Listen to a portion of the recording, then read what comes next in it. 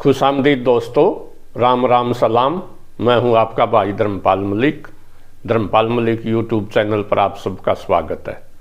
भाइयों, एक बार मैं जींद अनाज मंडी के अंदर बैठा हुआ था और आड़ती के पास एक सरदार जी भी बैठे हुए थे। बहुत बड़ा उनका सफ़ेद रंग था, बिल्कुल गोरे चिट्टे, और उनके चिट्टे कपड़े, और उनके साथ उनका एक जोता भी था 8-9 साल का। तो बैठे बैठे वो दोता उससे पूछने लगा सरदार जी से, नाना नाना, शेरनी अंडा देती है या बच्चा देती है? तो सरदार जी हंसने लगे और सरदार जी कहने लगे कि बेटा, शेर जंगल का राजा होता है और शेरनी जोनी जंगल की रानी होती है। वो भावें अंडा देवे भावें बच्चा देवे, उसको कौन रोक सकता है? राजा को कौन रोक सकता है? तो इस पर मैं थोड़ा हंसने लगा। तो वो कहने लगे, आप मेरे इसको द्योता है ये मेरा, और आप इसको समझाएं कि शेरनी अंडा देती है या बच्चा देती है। तो मैं कहने लगा, उसको बताने लगा कि बेटा, दुनिया के अंदर 3 धर्म सबसे बड़े हैं। सबसे बड़ा धर्म है ईसाई धर्म, और ईसाई धर्म की पवित्र किताब है सबसे पायस बाइबल। ये मेरे पास है, हिंदी मीडियम में है ये पवित्र बाइबल, और ये इंग्लिश मीडियम में भी है मेरे पास होली बाइबल। तो बाइबल को मैंने पढ़ा है। बाइबल के अंदर ये साफ शब्दों के अंदर लिखा है कि भगवान ने, गॉड ने इस दुनिया को बनाया है, और एक स्वर्ग था, स्वर्ग के अंदर एक बाग था जिसका नाम ईडन गार्डन था।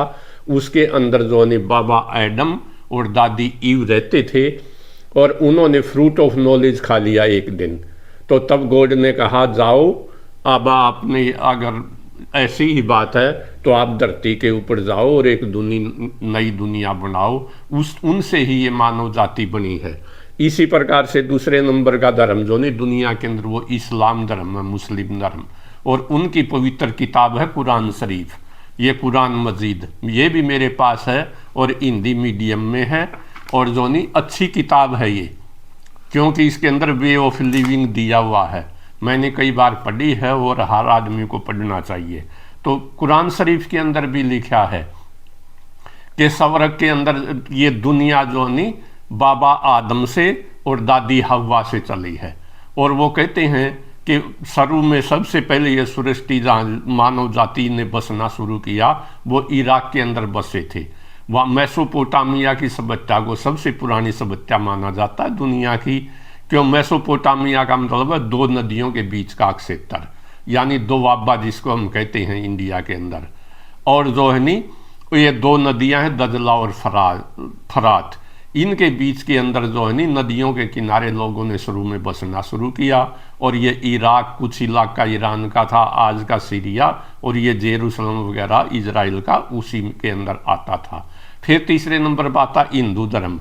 हिंदू धर्म की भी 2 जो नहीं वो मुख्य, हिंदू धर्म की वैसे तो कई किताबें हैं हिंदू में, वेद हैं, पुराण हैं, और जो नहीं रामायण है, महाभारत है, गीता है, और मेरे पास ये रामायण भी है, रामचरितमानस भी है, ये भी मैंने पढ़ी है, और ये भागवत गीता भी है, ये भी मैंने कई बार पढ़ी है, अच्छी किताब है।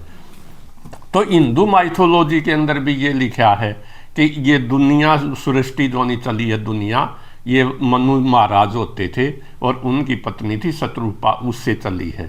मेरा कहने का मतलब ये है, कुदरत के अंदर जो नहीं नर और मादा का होना बहुत ज़रूरी है, और ये हर जीव के अंदर होता है, पशुओं में भी होता है, पक्षियों में भी होता है, पशु पखेरु सब के अंदर होता है, कीड़े मकोड़ों में भी होता है। ठीक इसी प्रकार से जंगल के अंदर शेर और शेरनी रहते थे। हमारे एक कवि भी हुए हैं बाजे भगत, वो बड़े भगत आदमी थे, इसलिए उनको बाजे भगत कहते हैं। उनका एक भजन भी है कि सारे गदर माच जागा, राजा बिन सुन्नी प्रजा, ज्ञान बिना यो हृदय सुनना, अंधन का चाहे घर बढ़ जा, चंदा बिना रात हो सुन्नी, देख अंधेरा जी डर जा, और दूरते जोड़ा वीर मर्द का, मन बता कैसे सड़ जा। जंगल के में फिर भटकती एक हिरणी सुन्नी डार बिना, ब्राह्मण सुनना वेद बिना, और क्षत्रिय सुनना हथियार बिना। तो वो कहते हैं कि दूर से जोड़ा वीर मर्द का, ये राजा दुष्यंत और शकुंतला का आपने नाम सुना होगा, जिनका बेटा भरत था, उसी के नाम से हमारे देश का नाम भारतवर्ष पड़ा है। तो वो भी कहते हैं कि जो नहीं ये दुनिया के अंदर जोड़ा, दूर से जोड़ा वीर मर्द का, ये जब से दुनिया बसी है तब से नर और मादा का जोड़ा इस दुनिया के अंदर है। तो इसी तरह शेर और शेरनी रहते थे, उनके 2 बच्चे भी थे। वो अपने बच्चों को लेकर शिकार पर जाते थे और जो अपने आसपास शिकार करके आ जाते थे। लेकिन एक दिन ऐसा हुआ कुदरत के करने हुए कि कोई भी शिकार उनको नहीं मिला, इसलिए जो नहीं वो बच्चों को छोड़कर और दूर जंगल के अंदर निकल गए। शिकार वहाँ भी नहीं मिला, रात हो गई, अंधेरा हो गया, फिर मुश्किल से कोई छोटा मोटा शिकार मिला। तो वो बच्चे भूख से बिलबिला रहे थे, शेर के बच्चे रो रहे थे, उनको बड़ी भूख लगी थी, प्यास लगी थी। तभी वहाँ एक बकरी आई और छोटे छोटे बच्चों को देखकर उसकी भी ममता जाग गई। माँ तो माँ होती है। तो उसने कहा, बच्चों क्यों रो रहे हो? तो उन्होंने कहा, हमें भूख भी लगी है, प्यास भी लगी है, और हमारे मम्मी पापा जो थे वो कहीं दूर चले गए हमें छोड़कर। उसने कहा, कोई नहीं, रो मत, आ जाएंगे। जो पहले उसने अपने 2 थन थे, बड़ी दूध वाली वो थी, 3-4 किलो दूध वाली बकरी, और उसने दोनों बच्चों को एक एक थन से दूध पिला दिया। उनकी प्यास भी मिट गई, भूख भी मिट गई, और वो खेलने लगे। तब शेर और शेरनी आए, काफ़ी रात हो चुकी थी। तो उन्होंने वहाँ बकरी को देखा तो शेर बड़ा खुश हुआ। उसने कहा, ओहो, घर में ही गंगा आ गई, तो जो अब शिकार मिल गया, खाएंगे आराम से। तो बच्चों ने कहा, नहीं, इसने हमारी जान बचाई है, ये हमारी माँ जैसी है, हम तो भूख और प्यास से तड़प रहे थे, इसको दया आई और ये आ गई। तो तब शेर ने कहा, ये तो बड़ी भली बकरी है, इसलिए इसको जो नहीं इसके भले का इसको इनाम देना चाहिए। उसने कहा कि आज से मैं जंगल का राजा हूँ, ये मेरी रानी है, तू हमारे आसपास ही रहो, साथ में ही, और जहाँ तेरा दिल चाहे वहाँ चल, वहाँ घास खा, पेड़ पौधे खा, अब से तू आज़ाद है। तो बकरी भी बड़ी खुश हुई, वहाँ उनके आसपास रहने लगी, और उनमें इतना प्यार हो गया, कभी कभी वे शेर की पीठ के ऊपर चढ़कर भी जो थोड़े ऊंचे पौधे होते थे उनसे भी पत्ते वगैरह खा लेती थी। तो इस सारी घटना को एक चील देख रही थी। एक दिन वो चील आई बकरी के पास, तो वो कहने लगी कि आप यहाँ शेर का और आपका इतना प्यार कैसे है? शेर का तो सबसे प्यारा शिकार बकरा होता, वो बकरे का गोश्त खाता है। तो बकरी कहने लगी, कर भला हो भला, भला करने में ही भलाई है। मैंने इस तरह से उसने कहानी सुनाई। इसके बच्चे थे, भूखे थे, मैंने दूध पिला दिया, उस दिन से ये मेरा एहसान माने हुए हैं। तो इसलिए आदमी को हमेशा भले काम करने चाहिए, उसकी साइकोलॉजी हमेशा पॉजिटिव होनी चाहिए। हम तभी सुखी रह सकते हैं, हमारे चारों तरफ जो नहीं सुख और शांति का वातावरण हो। अकेला परोस परस आदमी कभी सुखी नहीं रह सकता। अगर उसके चारों तरफ के पौधे भी हरे भरे हैं, चारों तरफ के पड़ोसियों के भी अच्छी फसलें हैं, पक्षी चहचहा रहे हैं, तभी उसका दिल लगेगा उसके खेत के अंदर।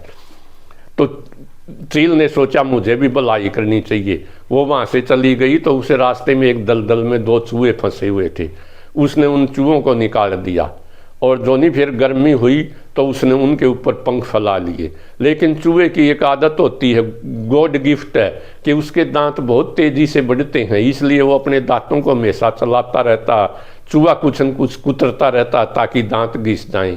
अगर वो दांतों को ना घिसाए तो उसके दांत जो नहीं ऊपर इतनी तेजी से बढ़ते हैं कि कुछ समय के बाद उससे सिर से भी निकल सकते हैं और उसकी मौत हो सकती है। इसलिए उनकी आदत थी, उन्होंने गिद्ध के जो नहीं वो पंख कुतर दिए, कुछ पंख कुतर दिए। और जब फिर वो चील जो है नहीं वो उसके पास गई, बकरी के पास, कि आप तो कहते थे कर भला हो भला, मैंने इस तरह से 2 चूहों की जान बचाई, और अब उन्होंने जो नहीं मेरे ही पर कुतर दिए, मुझे उड़ने में बड़ी परेशानी हो रही है, तकलीफ हो रही है। तो बकरी ने कहा कि नकल में भी अकल की ज़रूरत है, पुण्य भला भी जो नहीं वो सोच समझ कर अकल के साथ करना चाहिए। अगर आप सांपों को दूध पिलाओगे तो वो एक दिन आपको ही खाएंगे। अगर आप सांपों को अपने आंगन में पालोगे तो वो पड़ोसियों के साथ साथ आपको भी खाएंगे। इसलिए अकल भी बहुत ज़रूरी है। तो पंडित लक्ष्मीचंद जी ने भी एक भजन के अंदर कहा है कि मारे से ना मरता दुश्मन, शान करें तो मर्या करे, जो दूसरों का भला करे उसका ईश्वर करया करे। इसलिए आदमी को हमेशा भलाई के काम करने चाहिए। जो आदमी अच्छे काम करेगा, पॉजिटिव सोच का होगा, उससे भगवान भी खुश होगा। तो ये थी बच्चों आज की कहानी। अगर आपको अच्छी लगे तो कृपया इसे शेयर करना, चैनल को सब्सक्राइब करना। धन्यवाद। जय हरियाणा, जय हरियाणवी।